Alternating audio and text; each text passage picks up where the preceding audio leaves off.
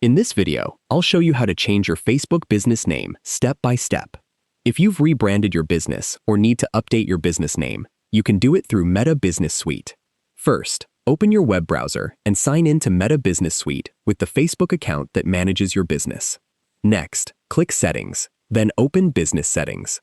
If you want to change your business portfolio name, go to Business Info, click Edit next to your business name, enter the new name, and save your changes. If you want to change your Facebook page name, open your Facebook page, go to Page Settings, select Page Setup, then click Name. Enter your new page name, review it carefully, and submit the request. Depending on the change, Meta may review your request before the new name appears.